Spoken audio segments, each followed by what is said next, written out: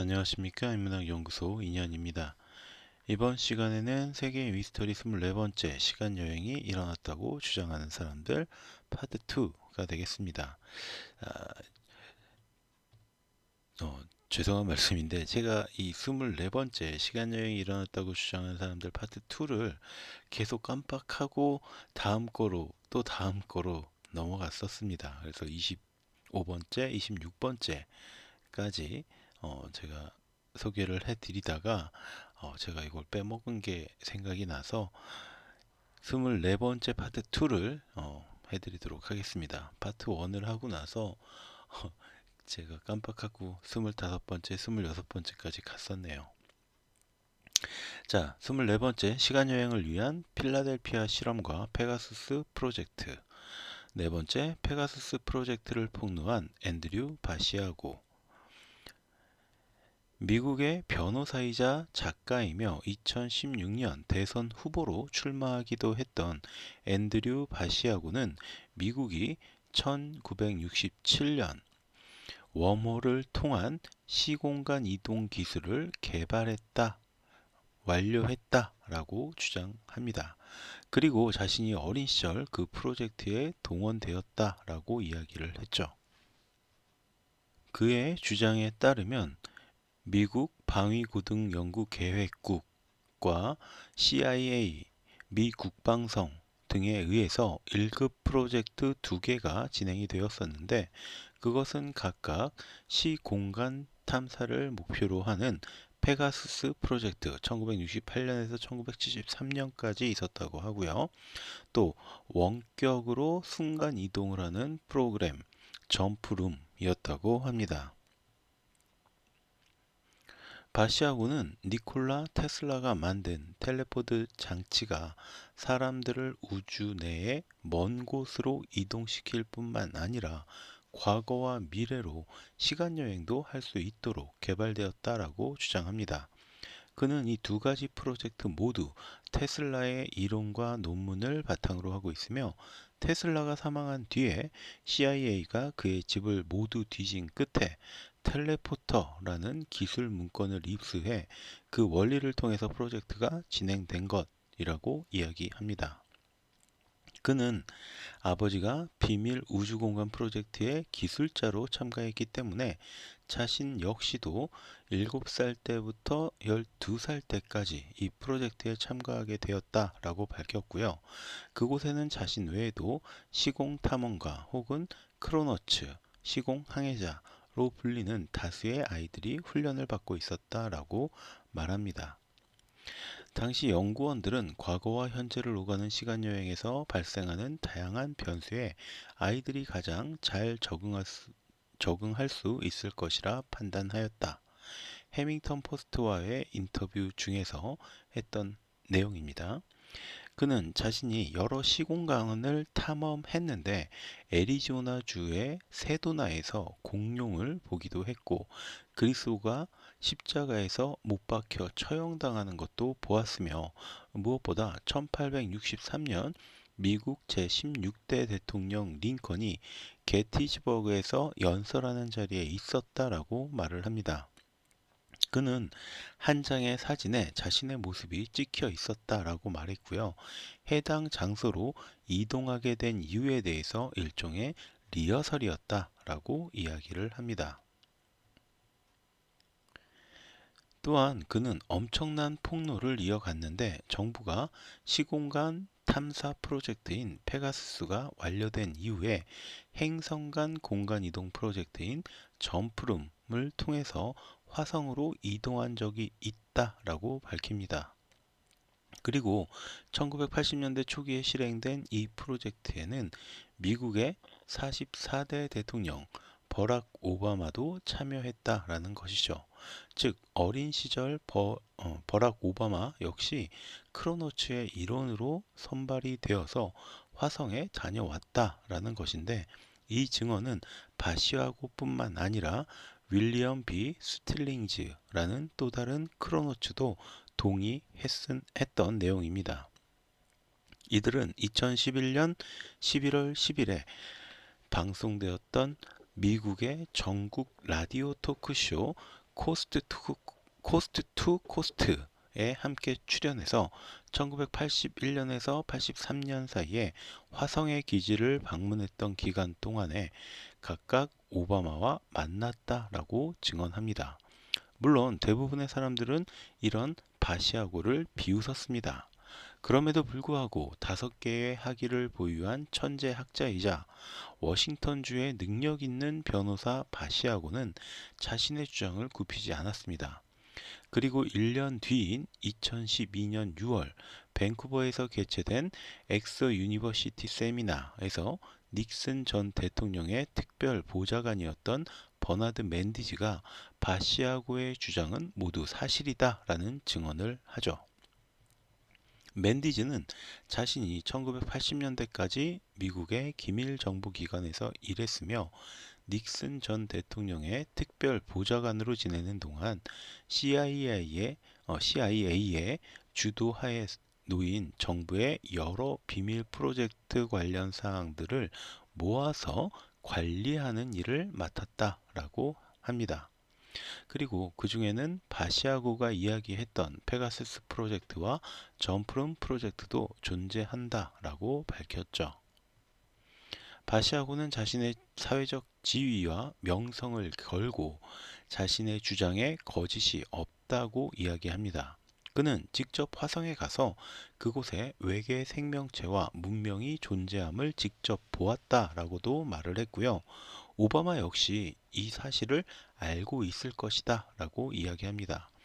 또한 맨디지 역시 점프론 프로젝트의 바탕에는 그레이 외계인들의 기술이 있었다라고 주장했고요. 거기에 참여했던 미국인들은 그레이에 의해서 선발된 다음 CIA에 의해서 훈련을 받았다라고 덧붙입니다. 그러나 2016년 진실을 알리자라는 슬로건을 내걸고 대선에 도전했던 바시아고는 처참하게 패배했고 사람들에게 손가락질을 받는 신세가 됩니다. 하지만 바시아고는 여전히 이것은 과거의 일을 다루는 음모론이 아니다. 미국의 어느 지하실에서 지금도 진행 중일 수 있는 실제 사건의 이야기이다. 라고 주장하며 해당 프로젝트와 관련된 사회 운동을 주도하고 논문을 써서 발표하고 있습니다.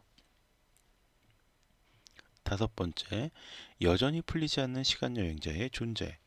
역사적으로 시간여행자라고 스스로를 밝히거나 의심되는 사람들은 꽤 많았습니다. 그 중에서 개인적으로 가장 미스터리하다라고 생각되는 인물들의 이야기는 다음과 같습니다.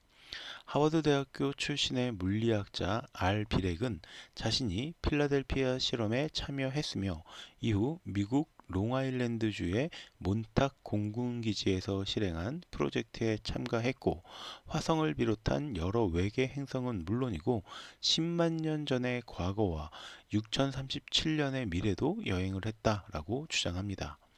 더불어 자신이 2749년에서는 2년 동안이나 생활했다라고 주장하면서 3차 세계대전 이후 세계는 무정부 상태에서 인공지능 컴퓨터에 의해서 통치되고 있다라고 밝혔습니다. 2011년 타임 트래블 제로라는 닉네임으로 시간여행에 대한 짤막한 글이 인터넷에 올라오기 시작합니다. 그리고 얼마 후에 그는 자신이 임무 수행을 하기 위해서 2036년에서 타임머신을 타고 온 미래인이라고 주장합니다. 2001년부터 그는 자신을 존 디토라고 밝히면서 자신은 1998년생이며 2036년의 미래에서 2038년 세계가 맞이할 유닉스 버그를 해결하기 위해 과거에 나온 컴퓨터 IBM 5100을 입수하는 군사 임무를 받았다라고 합니다.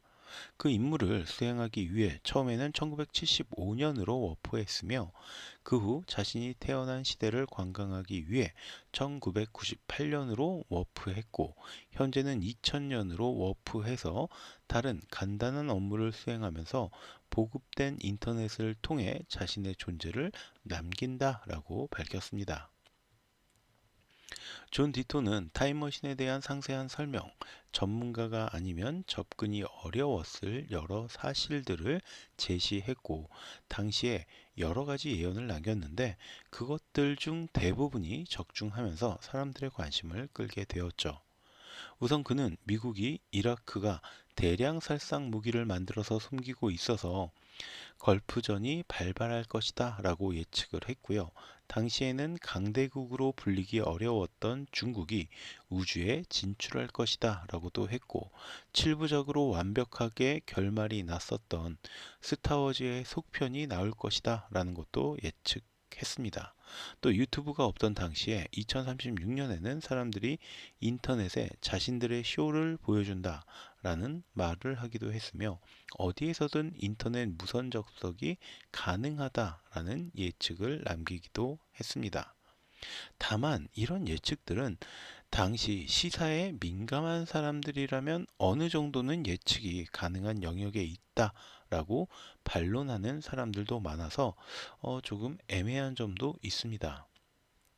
물론 실현되지 않은 예측도 많은데, 2004년 대선 결과에 대한 불만이 2012년 내전으로 확대된다라는 것은 실현되지 않았지만, 대선 결과에 불만을 품은 세력들이 국회의사당을 점거하는 사태가 2021년에 일어나기는 했죠.